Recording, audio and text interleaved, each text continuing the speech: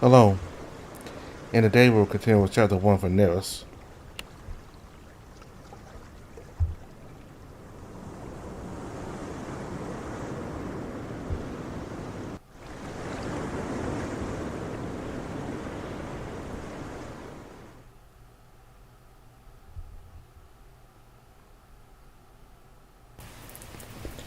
Body had managed to convince the captain to hold a small banquet that night.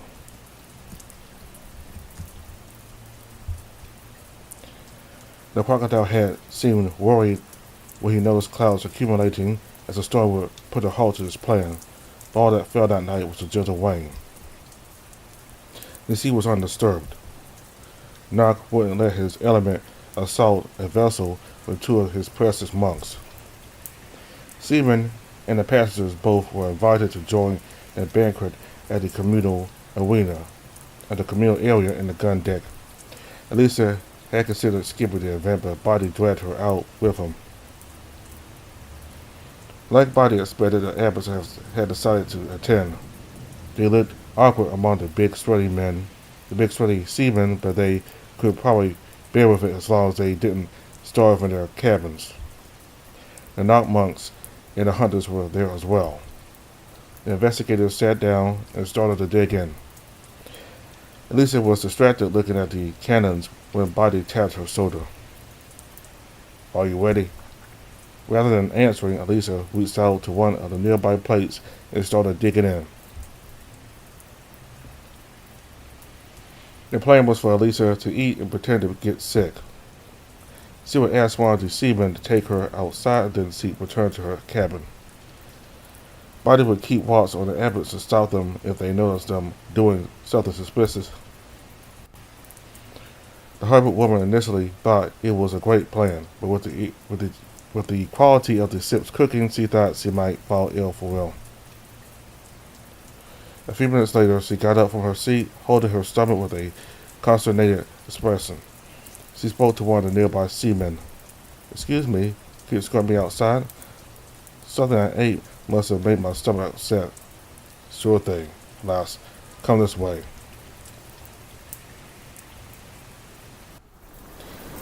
Elisa spent a few minutes pretending to be on the brink of puking, after which she told the seaman she would retire to her quarters for the night. She returned to the gun deck and made her way to the passenger cabins. "Here we are. Whose quarters should I inspect first? I should assume I don't have much time, so I need to decide who is more suspicious." Elisa's mind wandered back to the torn glove Bernardo had found in Brandis' cell. They still didn't know what that was about, or if even bore a relationship to this case. Even then, she held on to that thread. There was no evidence pointing toward any individual abbot being more suspicious than the other.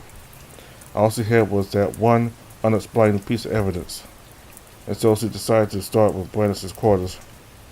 I think Body mentioned he saw Brandis come out of his room.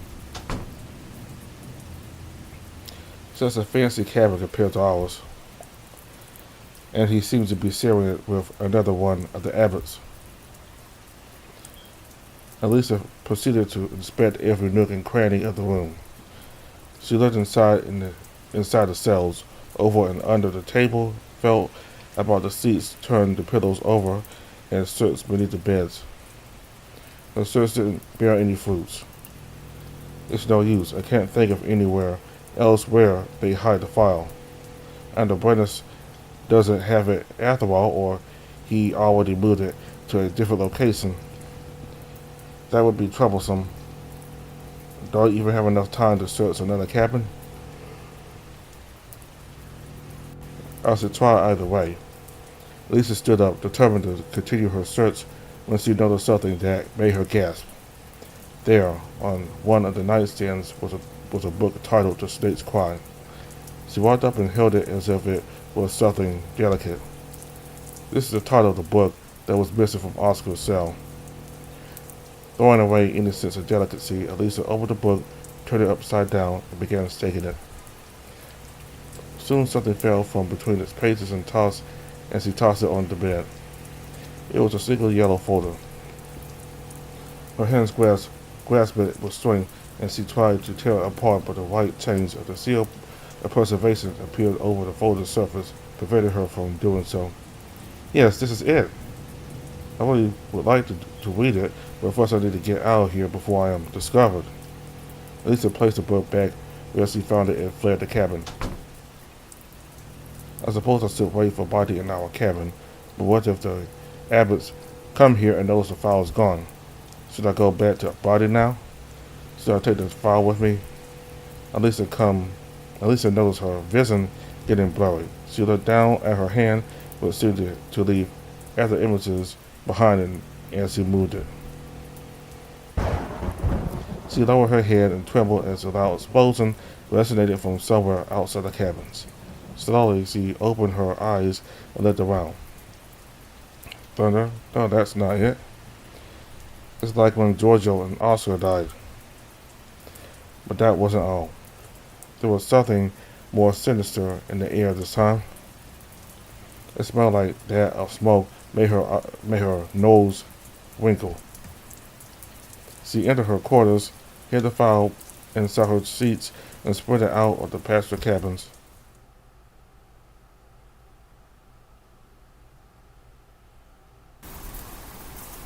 Here it comes.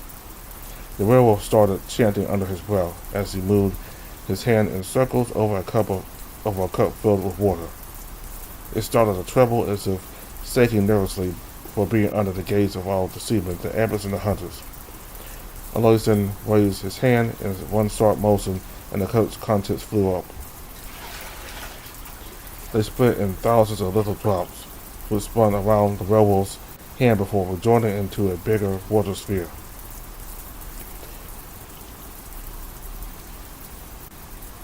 The seamen clapped and shouted praise, making the werewolf jump a little and almost drop the sphere. Alvaro crossed his arms and smirked. Very impressive, Alois. You're still using too much preparation, but you've come so far since we first brought you into the Abbey. I've always knew you had the potential for water magic. Still, I wish all of you were present for the fire a few nights ago. This is a child's play compared to the masterful display of magic from that night. Thank you, sir. You know, Alvaro, your kids are so talented, maybe you could get them to send a storm away. Excuse me? I'm just saying, it's so inconvenient that it has to rain just as we make our way back to the mainland. Did you do something to make your deity angry? Please, what about yours? Isn't Keith supposed to protect travelers? How come she didn't prevent the rain? Besides, calling it a storm is quite an exaggeration, don't you think? Well, Keith is the reason the sea is being so kind to us now. Ridiculous, the sea is Noct's domain after all.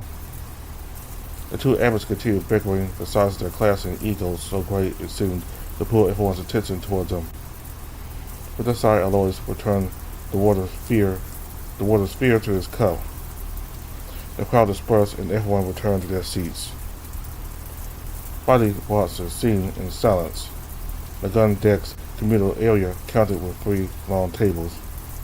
The first one was occupied by the captain, the 4 remaining Abbotts, and 3 of his mates.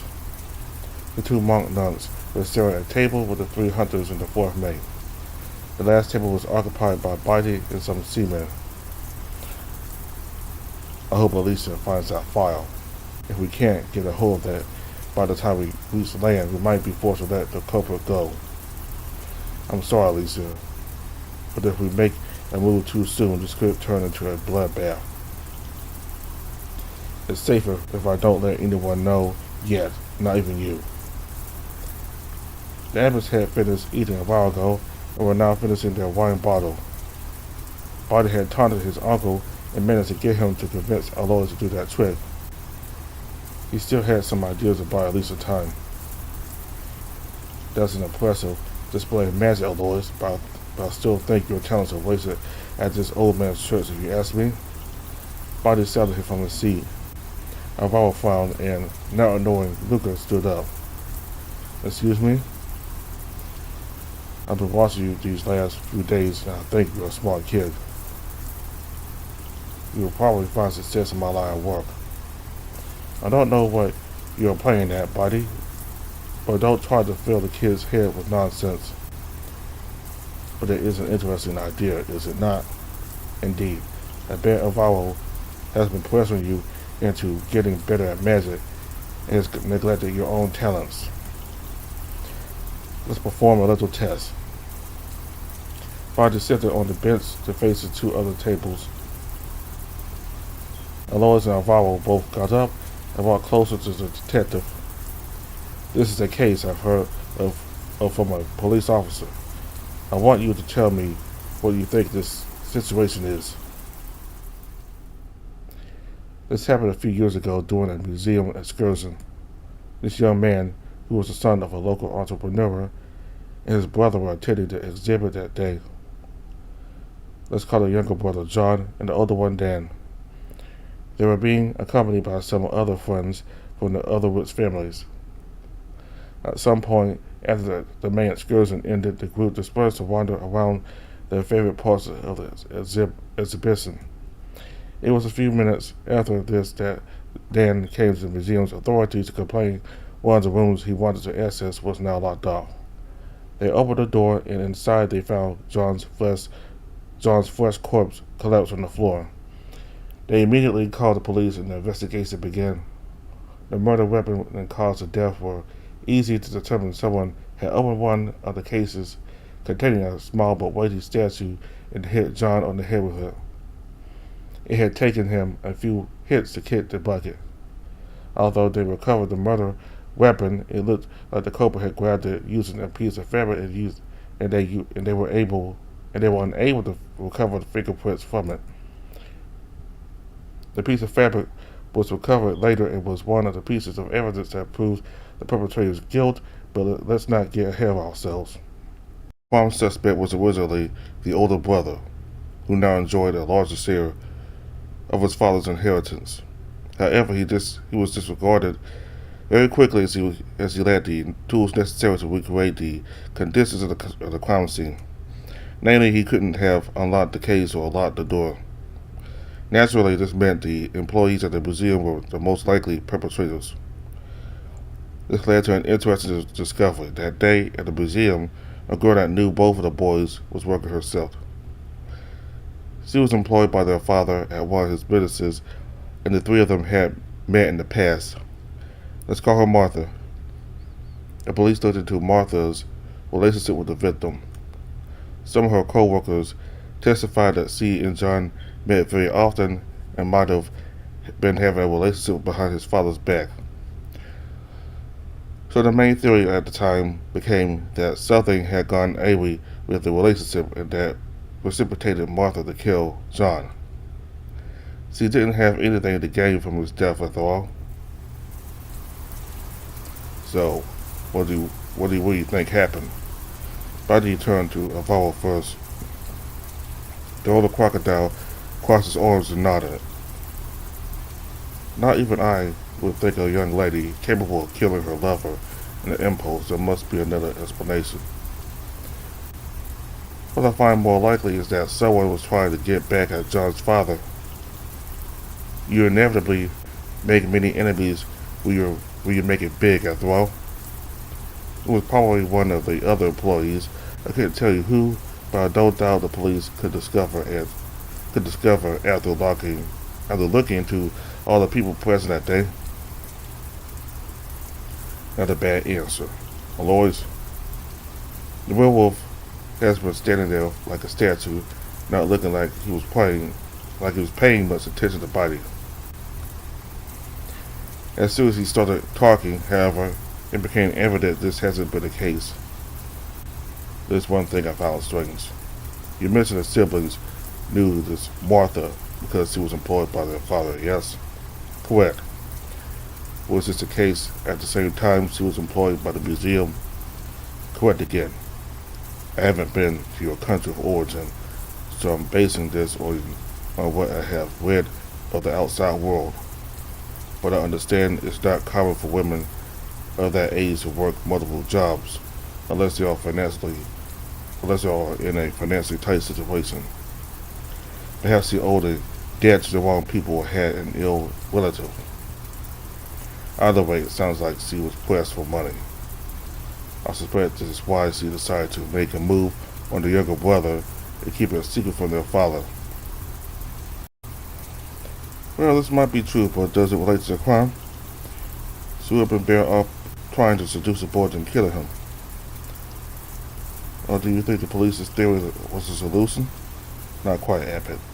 She didn't have any reason to carry out the crime herself, but the circumstances did make her easily influenced. The real killer, that is to say, the older brother, could have sweet talked her into this plot to get rid of his sibling with the promise of money. This way, the crime would be impossible for him, and she would have no motive, lifting suspicion for them both of them. I'm guessing the deal fell through somehow, however, and she confessed. Maybe she broke under the pressure of being the prime suspect with the older brother that didn't fulfill his part of the deal. I think it was both of those. Very good, Lois. You're exactly right. Seriously? You need to try a bit harder, Uncle. Excuse me. Although, if you are done picking fights, could we retire to our quarters for the night? I'm so tired. I'm sorry, Brandis. Of course. Not good. What can I do now? The Abbott started getting up from their table. Luca helped Diego get on his feet as he seemed to have trouble standing. Did you drink too much, Diego?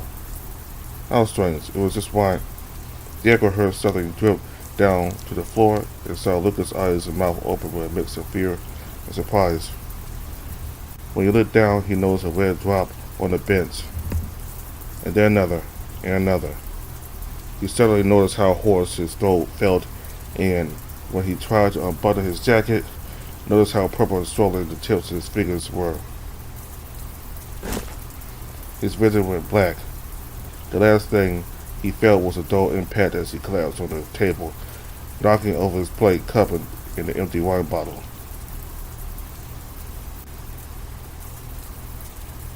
Oh. The gun deck fell in silence as everyone watched Diego tumble over and fall. Only Luca's voice broke through the silence. Diego, what the hell just happened? I don't know. He was alright just a moment ago. Luca grabbed the fire Abbott from his shoulders and turned him around. The way he recoiled at the sound, at the sight of his empty eyes and bloody face, told everyone all they needed to know. He's dead.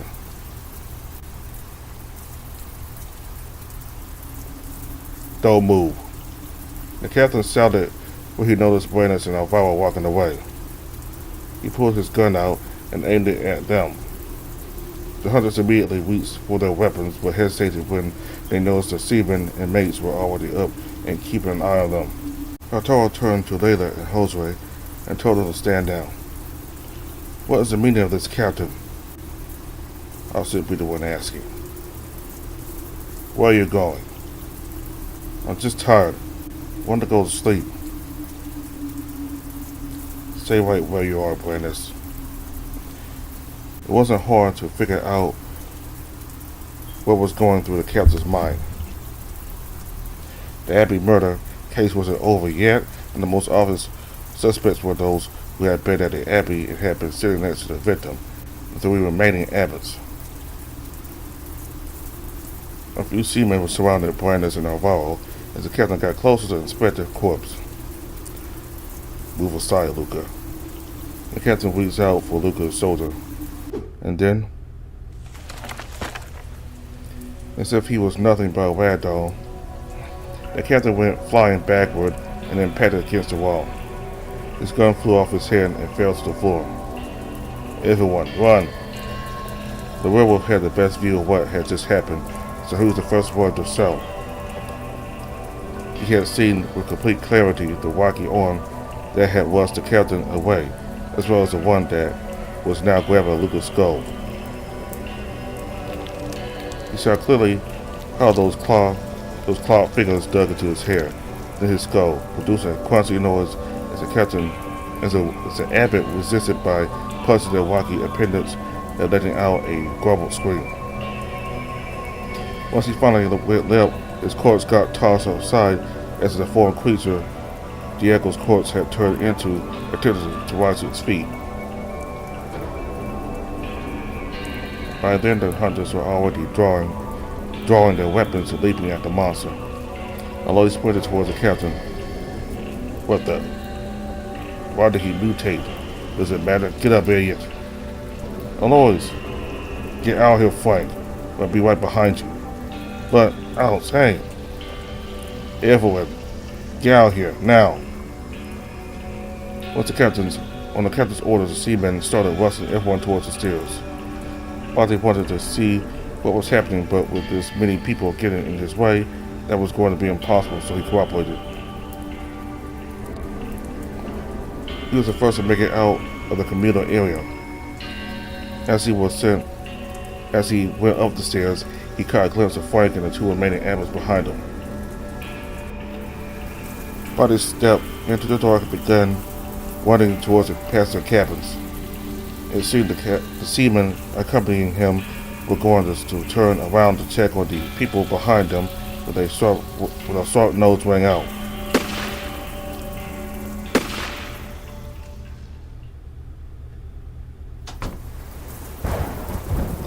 Another explosion roared once Elisa pushed the door to the main deck open. There had been a second there, but she didn't have time to think about it. There was some movement near the staircase leading down to the gun deck. A closer look revealed that it was a group of people gathered around two bodies. Brandon sat on the floor and away from the crowd, his cane a meter away from him, and that gas expression on his face. And the bodies were Alvaro and Aloys. No, that wasn't quite it. While Alvaro wasn't moving a single muscle, Aloys was still breathing and groaning. Frank and Body were kneeling next to him, holding him as he grasped his wound, trying to keep more blood from leaking out. Yeah. Easy, Aloys. Don't move too much. Excellent time, Elisa. Can you give us a hand? I'll explain what happened later. We need to help him first. Right. Can you move him to the passenger cabin's body? And you guys, is there any first aid equipment on this ship? With the help of the seamen, Body transported Aloys to his room and laid him down in bed. On the way there, Elisa heard the third thunder from Alvaro's death.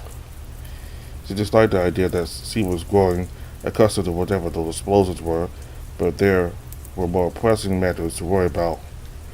Elisa wasn't too experienced treating bullet wounds, so she figured as long as she managed to extract the bullet, she would be able to seal the wound. The tools in the first aid kit proved to be sufficient for her to do that much, although not without making the werewolf squirm some. After disinfecting the wound, she took off her gloves, raised her hands, and started rubbing them together. Please, her, let this still work. Elisa started praying to the deity of healing, closing her eyes and concentrating. At first, nothing unusual seemed to happen, but events that spark lashed out from between her palms. She kept at it until her hands were shining with a warm green light. Eyes still closed, Elisa placed them over the wound on the werewolf's shoulders. Body smiled with admiration as he witnessed the tissue, the skin, and the fur regenerate in front of his very eyes. That's enough, Elisa. The Hubbard woman's arms fell limp. She almost tumbled over, but Body caught her and held her up. Be careful of that soldier, Aloys. I'm out of practice, but it will still hurt if you move it too much. Thank you, I thought. The werewolf shook his head. Oh, nothing. You should rest now, Lisa. Honestly, get better. I figure the captain will want to speak with us soon. Aloys, so you catch some rest too.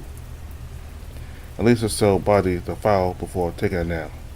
The crocodile sat down and read through it until a seaman knocked at their door. The captain was summoning them.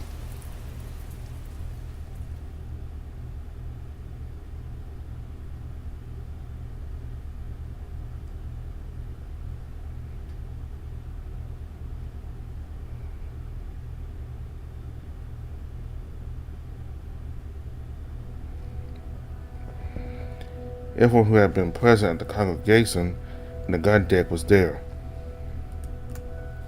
The captain now had a bandaged arm and limped when he walked. He looked at the two knock monks, the detectives, the seamen who had been there, the hunters, and finally at Brandis. So it seems Santiago was wrong. Not only they arrested the wrong guy, but the killer made it into the cell. And there's gotta be one of us that was at the party. The captain pointed at Lisa, who had raised her hand. Do you have something to say? Yes, I wasn't there when the murder took place, but Body gave me the short version. I'll be straightforward. I think Brandis is behind this.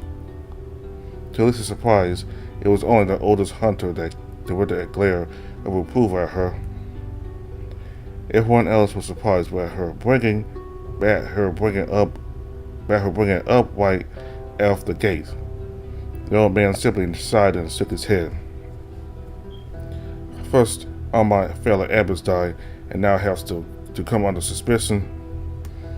Body and I were suspected one of the abbots was behind this ever since we were back at the abbey. Body made a prediction back then that if you had a certain item in your possession when we boarded the ship, then it would make sense for one of you to be the culprit. Brandis' face grew pale when the crocodile produced William's file from one of his pockets. Eyes fixated on the old man, Body stepped forward and handed it over to the captain. What is this? A very curious collection of news articles and contracts. William compiled it with seam. There's everything there. There's everything here. Bribery, assassination contracts, blackmailing, underground deals. Initially, I thought the file would contain a single document that abbots would rather not see the light of day, but there's much more. The captain started skimming through the many contracts, news articles attached to them that were inside the folder. Brandis hit the floor with his cane, his lips twitching. This doesn't have anything to do with what happened here. I didn't kill anybody. Besides, how do you know these documents are authentic? If you have any doubts, we could turn back and ask the Cussy. He was the one to place the seal of preservation on them, so he had seen them before.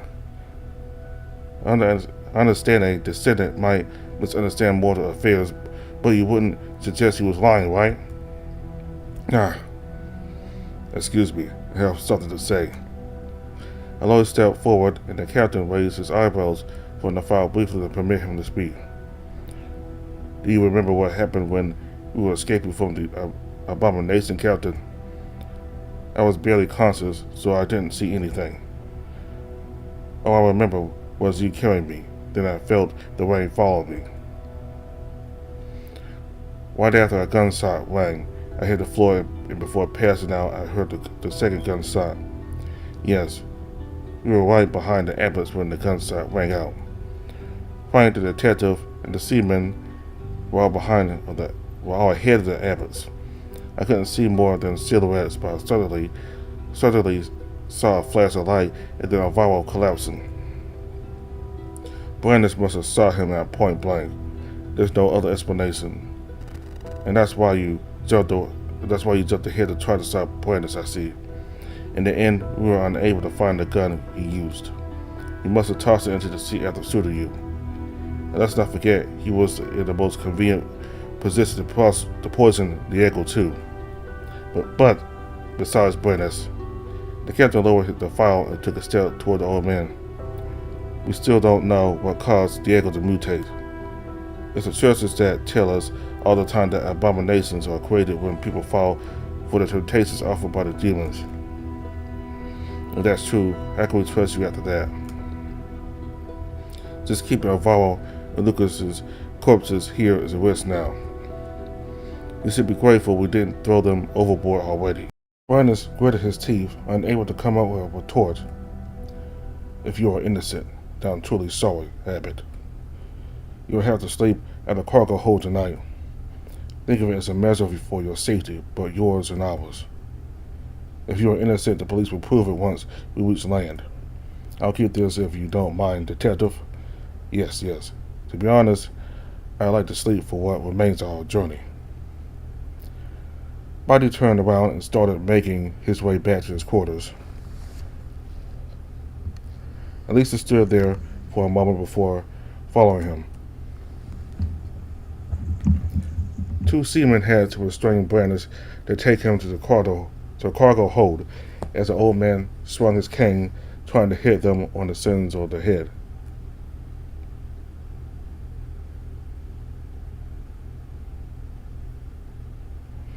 What remained of the trip was uneventful. Without much else to do, the hunters spent their time drinking or playing cards in the communal area. The knot monks went to pay their respect to Alvaro. Buddy slept most of the time until they reached land the next afternoon, only disappearing for a while to go talk to the captain, according to him.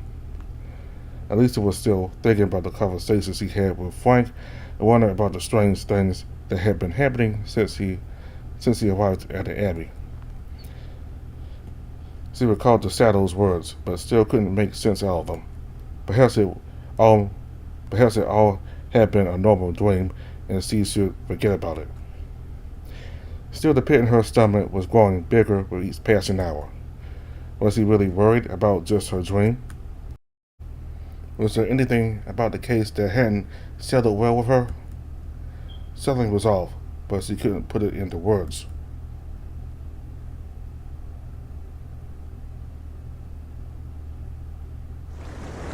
Regardless, once they reached land, the police were called and the captain explained the situation to them.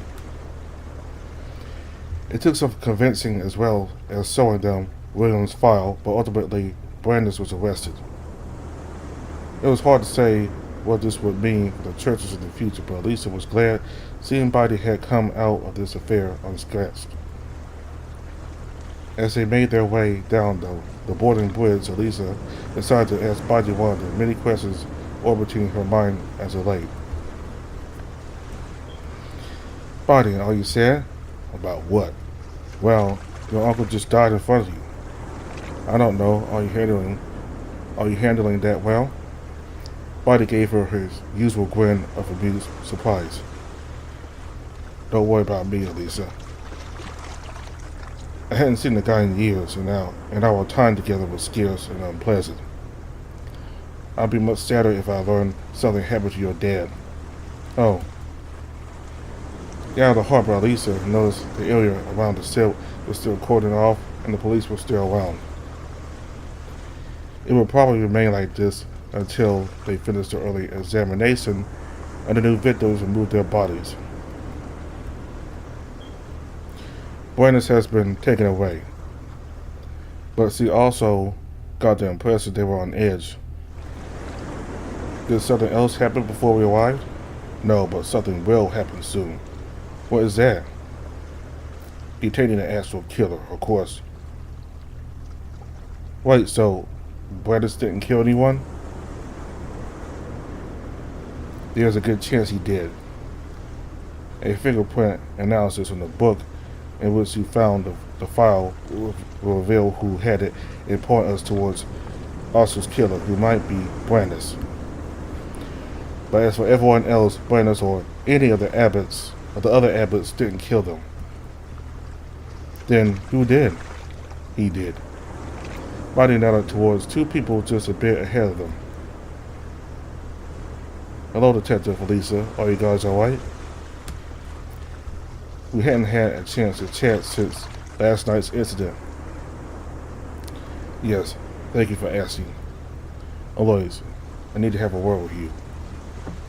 We already know you're behind the deaths of William and Giorgio and the victims of yesterday's incident.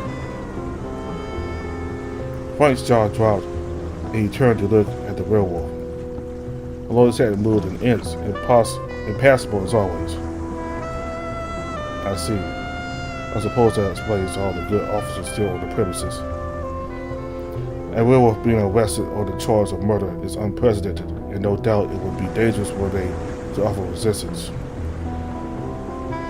He stood up from the bench. Although I suppose that already happened back at the church, no? When did you notice it was me, Detective? What is going on with this guy? Body just accused him and he admits it like it means nothing.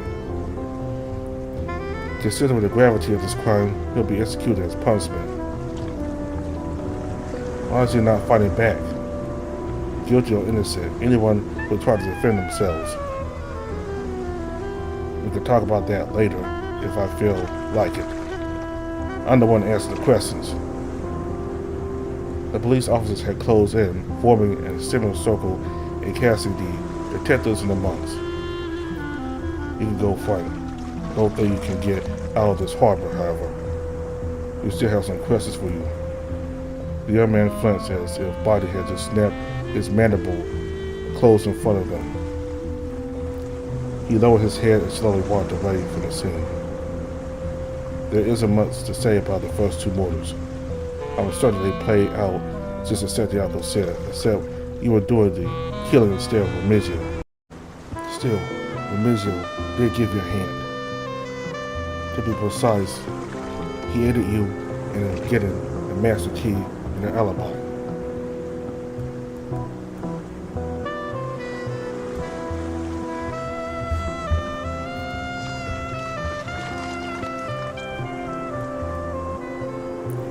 It all comes back to Arthur's murder. We'll get there, but first we need to establish something about Giorgio's death.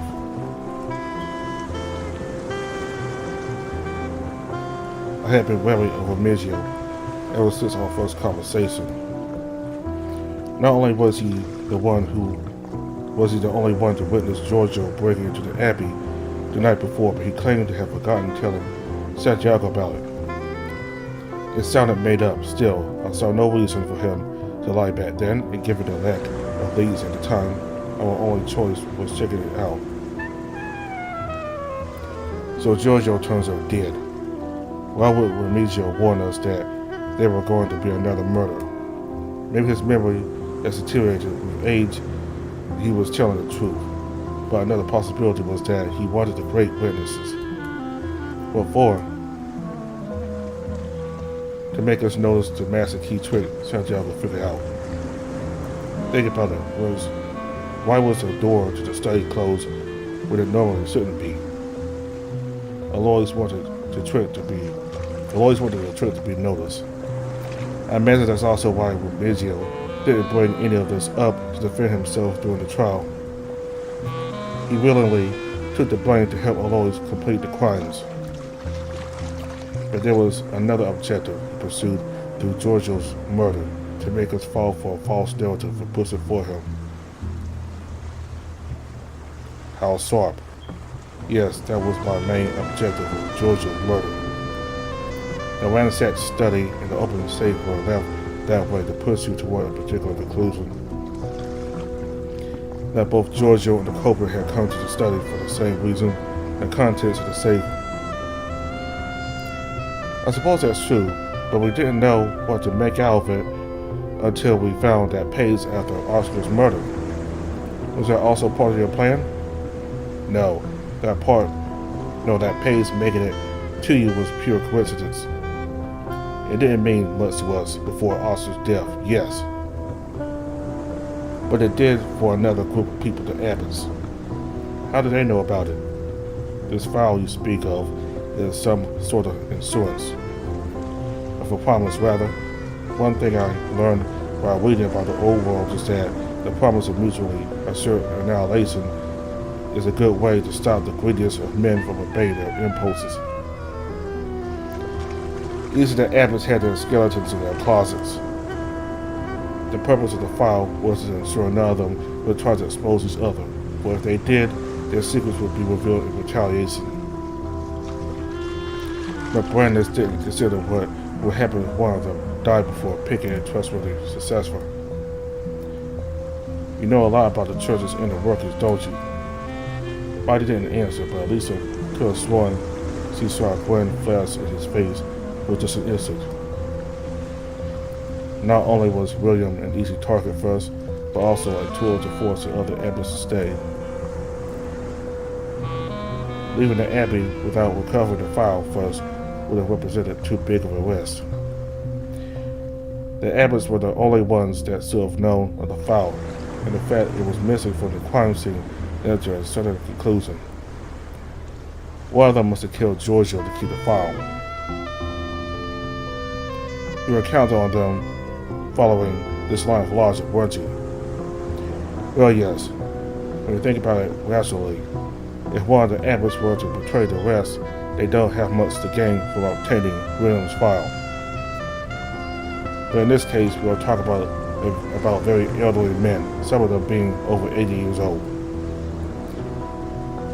Unless you are a vampire, your body and mind have already begun deteriorating at that age.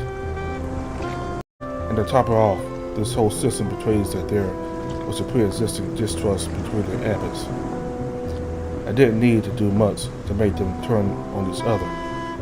Do you mean Oscar's murder? That letter startled me at the moment, but what really threw me off was that murder. You might remember Alois had an airtight alibi for that murder because he chose to instigate someone else to commit it instead of doing it himself. I admit that was a bet on my part. I'm glad it turned out the way it did. It cleared me of suspicion my biggest moment of need. Were you the one who prepared the box that was taken to Oscar's cell? No, but smuggling something into the box wouldn't be difficult for any monk. My master and I retrieved a file the same night William died, which is why we asked to use the library for training that night. If the fire spread to the church retrieving fire could have proven complicated, but that was the first step. That way, in the worst case scenario, we just need to lure Giorgio to a different location. In any case, I figured Oscar didn't find the file, but Brandis or some other abbot did while searching the room to confirm their suspicions. And the resulting paranoia pushed them to get rid of Oscar.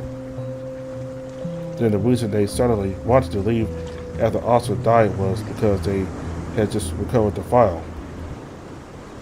Body nodded.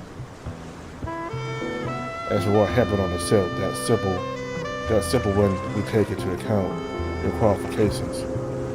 All those hand motions you did during your water magic demonstration were to hide the fact you were poisoning your water. Then we intentionally made some of the poison drops fall on Diego's cup while we were distracted. You still have the poison on you, don't you? Alois searched inside one of his sleeves. One of the officers reached out for his gun, but Body signaled him to stop. The werewolf pulled out what looked like a small bag, tied to his arm by a string. The werewolf cut the string and tossed the bag at the crocodile. It looked like the drug Alicia had prepared for Lacusti, but no doubt this mixture could kill a grown man in a matter of seconds. I suspected the culprit would have something like this if they were a monk. I'm surprised you waited so long before using it. No reason to play your trump card so early in the game, no? Body handed it over to one of the officers. Diego turning into an abomination took even you by surprise, but that didn't stop you from improvising. You stayed behind to help the captain, but while he was dazed and the hunters were busy with the abomination, you stole his gun. You saw Alvaro drop the captain and tackle Brandis before shooting yourself in the shoulder. You were aware of Elisa's background, so you did this to make yourself less suspicious and because you knew there wasn't much extra risk.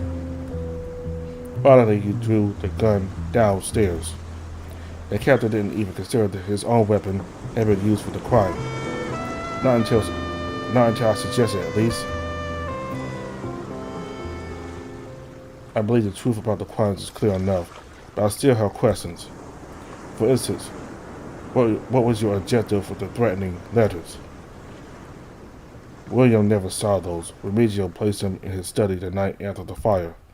Someone investigating this crime was an important part of the plan. I suspected the Abbotts would try to halt the police's investigation until they secured William's file, so I fabricated those letters. They were meant to have Maggie call someone like you to the Abbey. Does their design hold any meaning? To this question, Aloy simply smiled. Marty took note of something in his notebook. Are you aware Brandis was in possession of part of a destroyed glove, like the ones used by the monks? When I committed Giorgio's murder, I changed it to my human form as to not leave fur anywhere. But I was careless to destroy one of the gloves I was wearing when turning back.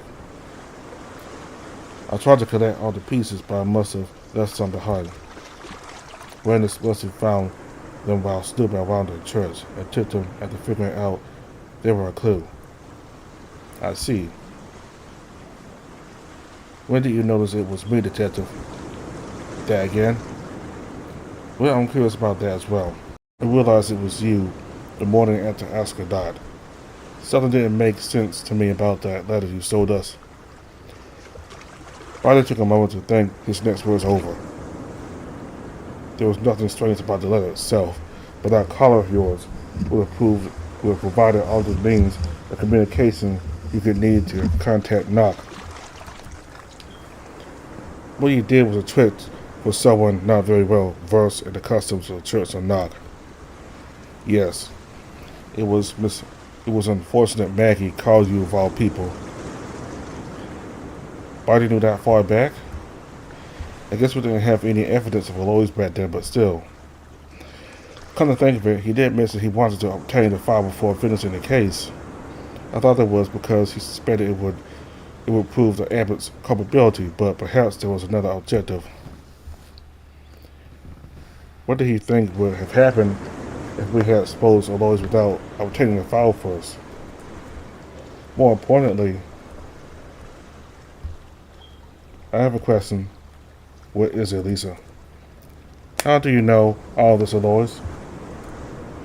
I can't believe you got all this just from being a knock monk, no matter how.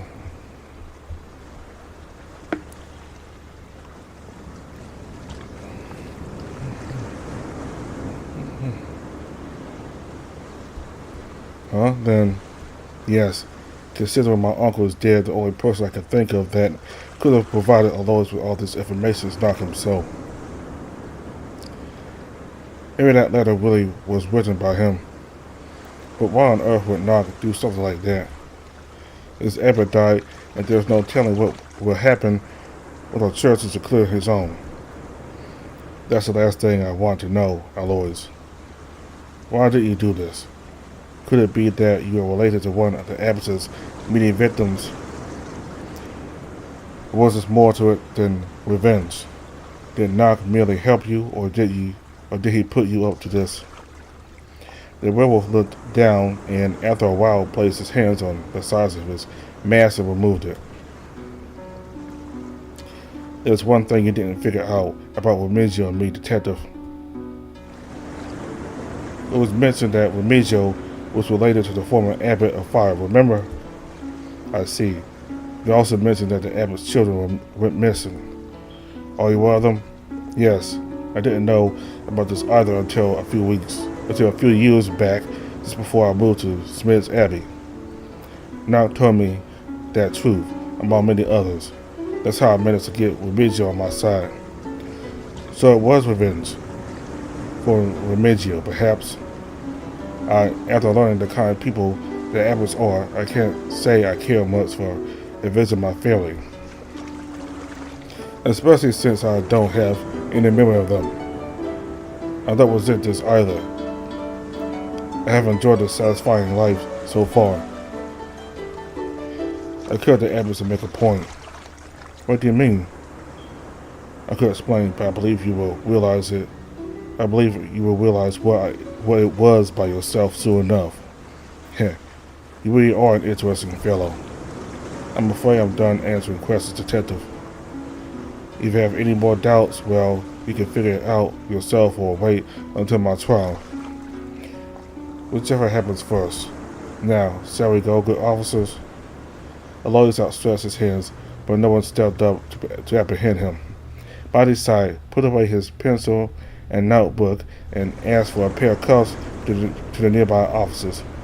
He cuffed Alois, and only then did the police officers get closer to grab him by the shoulders. They started walking away just to stop suddenly after a few steps. Alois looked back at the investigators.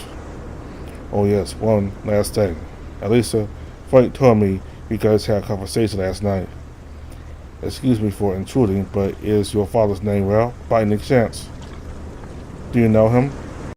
"I don't know how your relationship with him currently is, but I too once wanted to reunite with my family when I was little. There's a city in the south of Nova America called Plata. If you go there at the end of the month, you might stumble upon your family." "What?" "That's enough. Start walking." Alois relented and let himself be dragged away by the officers. They stopped again after a few steps so the werewolf could say something to Frank, who had been observing the scene from far away. Frank shook his head, and after an instant, Alois and officers resumed their march out of the harbor. "I wonder if what he said about my father is true. It's hard to tell. We saw the murders, but it feels like we only scratched the surface of the mysteries surrounding that boy. Something tells me the outcome of this won't be as simple as him getting executed. Like the 7 that our duty ends once the culprit is apprehended. I don't envy the police at all. Do you think they'll let him live? Considering his connections or not, that might be their only choice." Body and Lisa walked up to Frank. The young monk was standing still, looking down at his feet, his mouth twisted into a grimace. "Frank?" "Oh, it's you two. Hello. You don't look very happy. Are you certain that Alois turned out to be a killer?" The monk turned to the crocodile, and then his gaze fell to the floor again. Body scratched his head. "Did you not notice something strange was happening with him? Or did you hide it out of fear? You wouldn't be the first to... I'm sorry, detective, but I don't have anything to tell you right now." Frank's words cut through Body's like a knife through air. This made the crocodile pause, then let out a pensive hum. "Why is that?" "I don't need to play this role anymore." Frank grabbed his mask and started removing it. As he did, the light around them was drowned out by a cloud of mist surrounding them. Both the investigators took a step back as Frank's figure seemed to melt away, transforming into a cloud before being sucked into a spiral and reforming.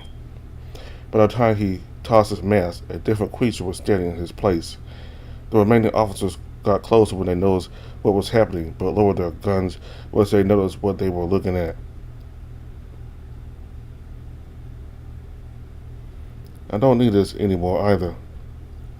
And the Senate, we probably won't meet again, so take this as thanks for the little friendship we shared these last few days. This place doesn't have much time left, so make the most out of the next few weeks, okay?" And in the next instant, he was gone. Where the Senate stood was now a large, pointy, and wet boulder. At least it was her eyes in disbelief. "What in the hell just happened?" The mist cleared up, and the officer stepped closer. "I was about to ask the same thing. Let's just add that to the list of unanswered questions related to this case."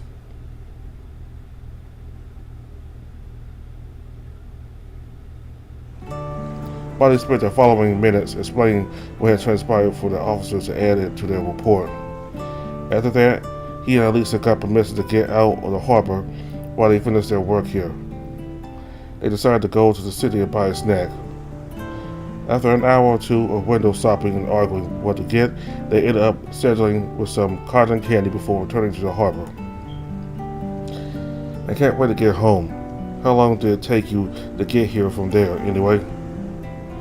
"It's not that long of a trip on a carriage." "Should we get going then?" "Have you lost your mind, Elliot? We still need to collect our paycheck." "Oh, right. Sorry, I'm still dazed from all that happened. Where is he getting here anyway?"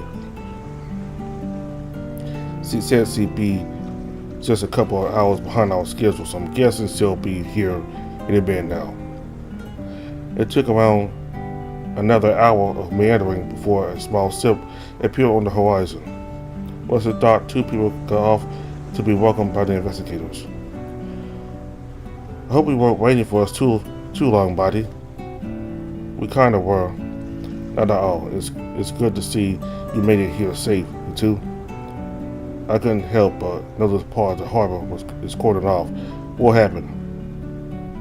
So Aloysius was behind all those terrible crimes? I can't believe it. He's always a strange kid, but I guess he'd be driven to kill so many people. Evil intent often isn't visible to the naked eye, Maggie.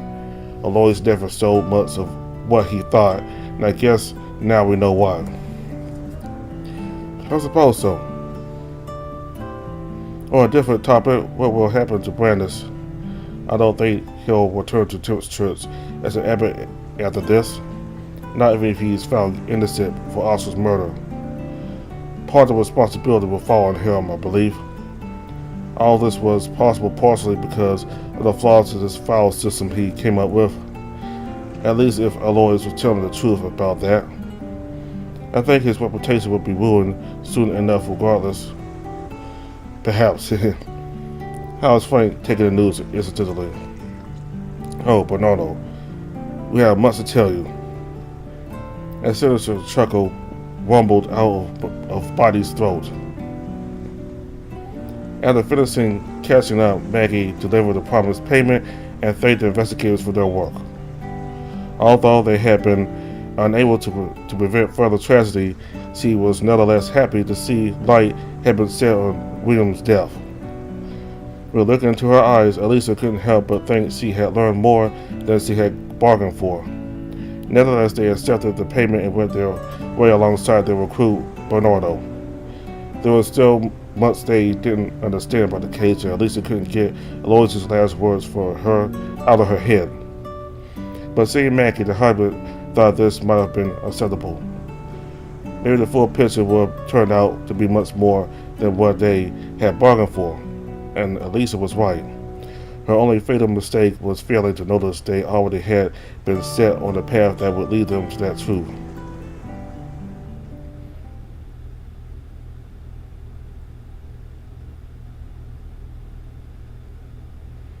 I wake up on the cold floor, the side of my body aching until I get back on my feet. Who were those people? Were those my memories? I think they could be. There was something familiar about them. I look at the small machine in my hand, and I notice there's something hanging from a hole that runs from its upper to lower end. It looks like a red thread. A click resonates through the room, and I look around, searching for its source. I don't see anything, but then the idea comes to me.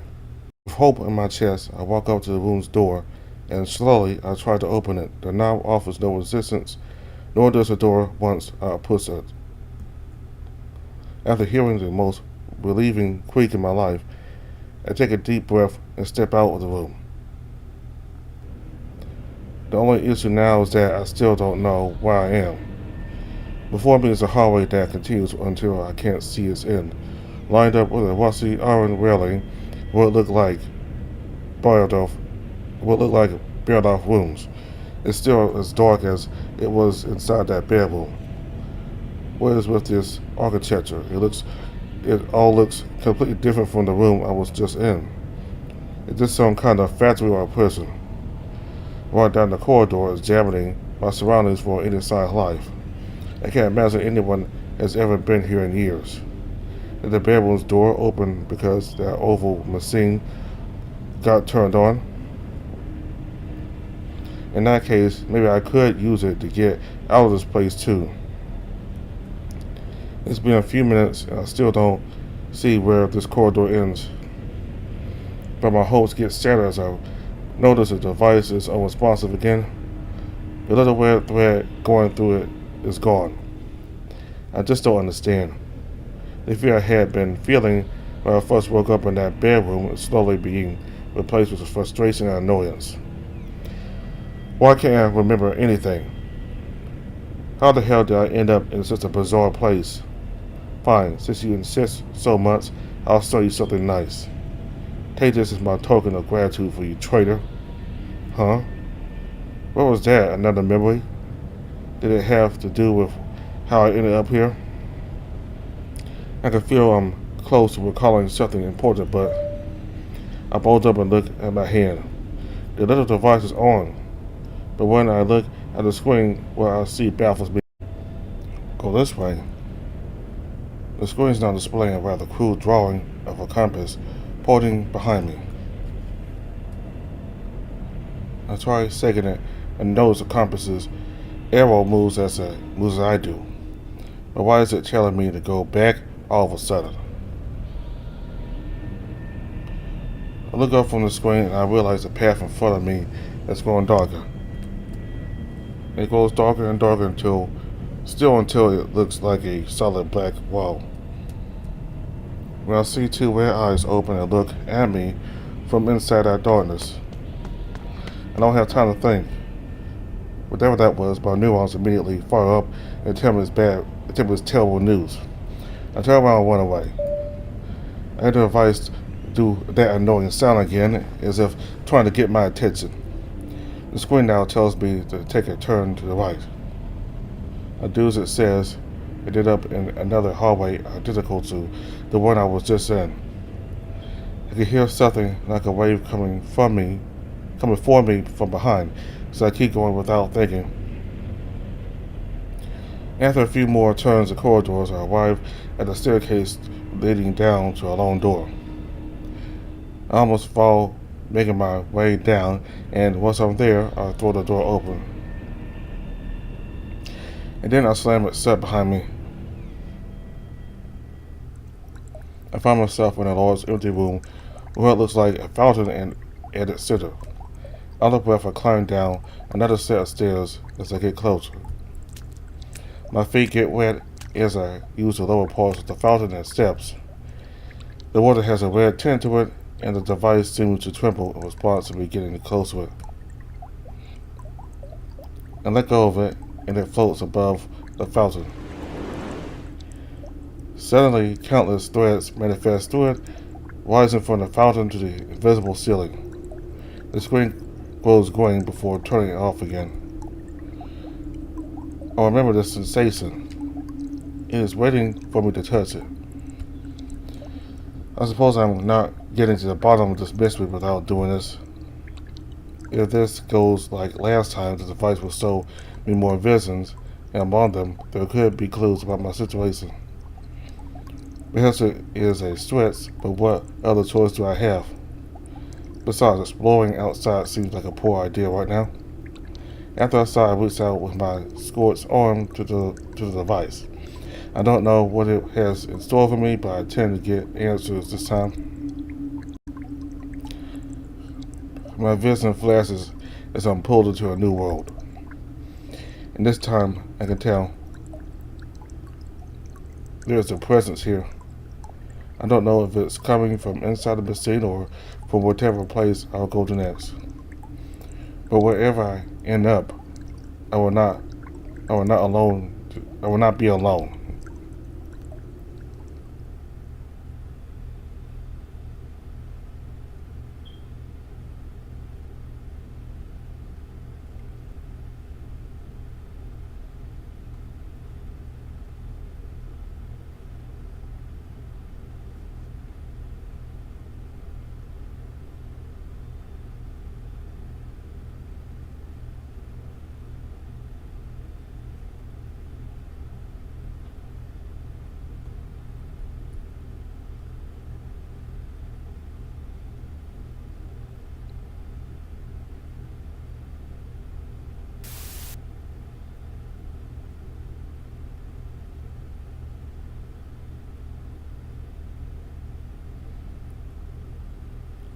Okay, so we completed chapter 1.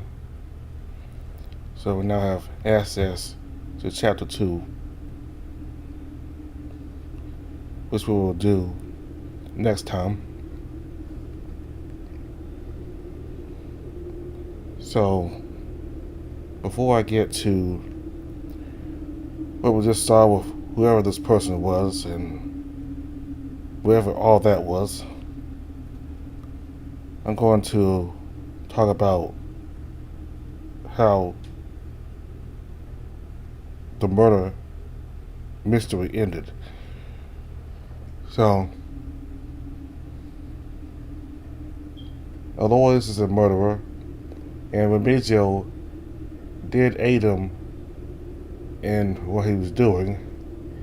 And apparently, I think Alois is one of the people that the abbots did harm to, or I forgot, but it looks like maybe he was related to an abbot himself, and he got revenge on the abbots for what they did to those he was related to. Apparently, the abbots are kind of corrupt. But yeah, they're corrupt, not kind of just, they are corrupt, and they do steady things to get to where they are in power. And apparently, Alois got very angry that he decided to do what he did. I don't condone it, but I understand why he did it. And I think he'll live because he's more valuable alive than dead. Because there's so much he knows about the Knock, who is this deity that the church, well, I think the church he's part of, worships. So apparently, the deity itself has been in contact with Alois for whatever reason. So now that they know that, they'll probably just keep him alive so they can know more about Knock. And I figured that I think of that part where one of the abbots died, Brandis, who was an abbot that was not killed, or not Sip, whenever that abbot died, all that he was concerned about was him going to bed. He complained about him being tired and he wanted to go to bed, and he didn't seem to care all about the abbots being killed. He just wanted to go to bed. So that's when I really became suspicious of him, like, because he just wanted to get from that scene as soon as possible. So his career is over with.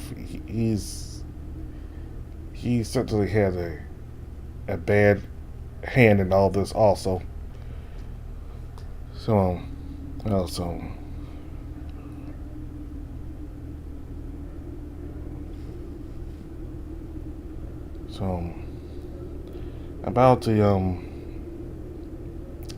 that day in with the human that was with Alois.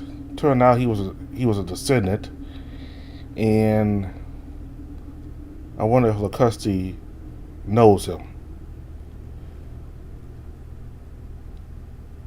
I mean, it seems like as soon as he revealed himself to at least Abadi, he did not seem to be all that concerned about what was about to happen.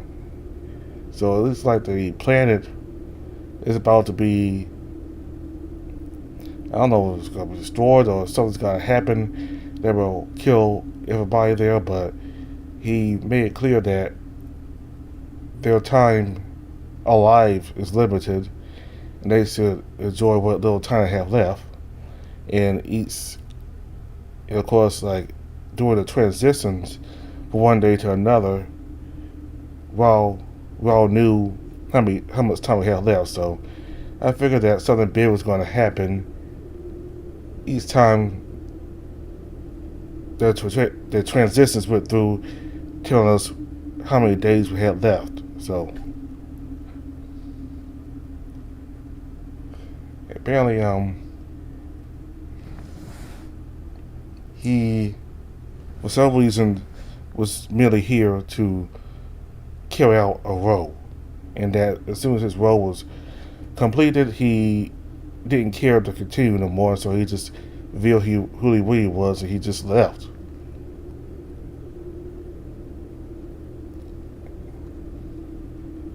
I mean, considering he was friends with Aloys, I figured he might have cared about him. Well, he did show some concern about him before he reveals himself, so maybe he was sad about Aloys, but he had to set that aside. Set up his concern. Maybe he had to set that concern that he has for Aloys aside, so he can carry out his mission, whatever it is. And now that he has carried that out, he has no use for Aloys.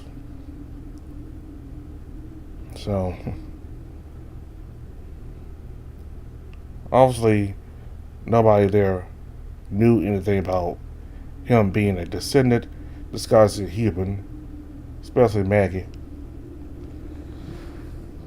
Alright, so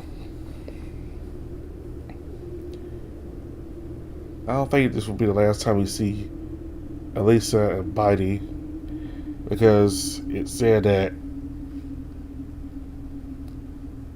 this murder mystery situation has only led to them. It's only the murder mystery has only led them to another path towards something else, and I think Elisa will try to find her father, where her father is. So we completed chapter 1. Whatever chapter 2 is, we'll start that next time. Maybe we'll meet more new characters, or maybe we will be reunited with characters that we always saw so far. So maybe one or the other. So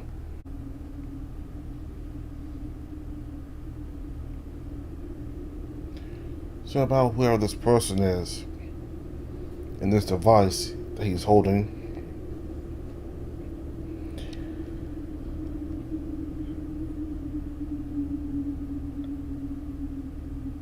I'm not entirely sure what's going on. It's a little confusing, but apparently this person was in Elisa's and Body's room, and then all of a sudden everything changed. He was in a completely different place, and I don't know if this person had anything to do with the explosions or what, but I'm not quite sure what to say about this person. But maybe this person, well, this person said that there's still some things about the mystery that he needs to find out. So maybe the mystery itself is not the end of his journey. Like, there are probably other things outside the mystery that needs to be connected for this person to figure out what's really going on and why he's in this situation. And I think this fountain may have something to do with it. I don't know, like, the device acts kind of funny whenever it's around this kind of fountain, I guess. I don't know. But maybe there's like different kind of realities or different timelines that this device could or might allow the person holding it to experience. Not quite sure, but still kind of like a mystery to me also. But anyway, we'll just have to see what happens. So thank you all very much for watching. Goodbye.